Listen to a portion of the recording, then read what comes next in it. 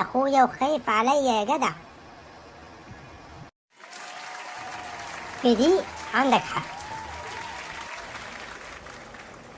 أهم حاجة إن أنت تختار صح المرة دي، وحاول تتلاشى أخطاء المرتين اللي فاتوا.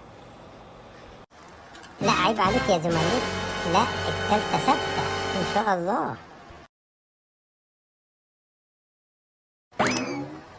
ده لو هيبقى في تالتة من اساسه يا حالتها. أنا ماليش دعوة، وأنا بقول له بلاش، هو مش راضي.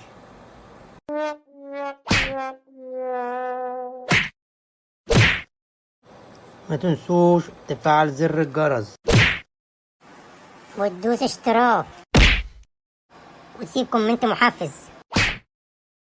الله يخرب بيتك يا بوجي.